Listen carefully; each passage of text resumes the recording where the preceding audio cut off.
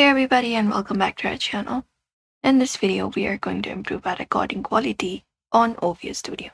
So in this video, we are going to provide a complete guide in order to do so. So let's just get started. Start by opening up OBS Studio for that, and you can go to your settings, go to File, go to Settings, and within your settings, you can go over and look out for the recording section or output. And within output, go to the recording section. And what you can do is you can set the output mode to advanced if you prefer, or within simple as well. You can set the recording quality to high quality and the recording format to MPEG-4. Or if you have an NVIDIA GPU, you can select the NVIDIA NVNC, which is new. Otherwise, you can choose the video encoder to 264 software as well. And you can save the changes because when ENC offloads encoding to GPU for better performance. In 264 uses CPU but can give higher quality if your CPU is stronger. Apart from that, what you can do is you can set your bitrate. You can account for your bitrate. You can set up your video bitrate to 1080 if it is for 60 FPS, for 30 FPS 1080p, within 12,000 to 16,000 kbps, and 720 for 10,000 to 12,000 kbps.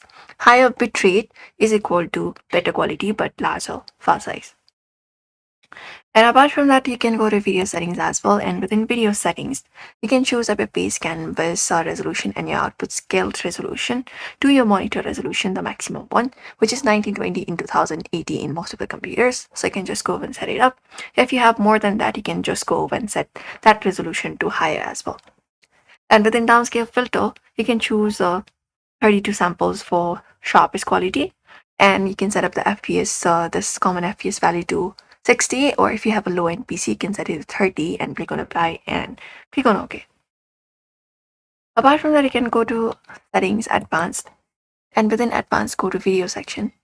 And within video section, we have this color format option.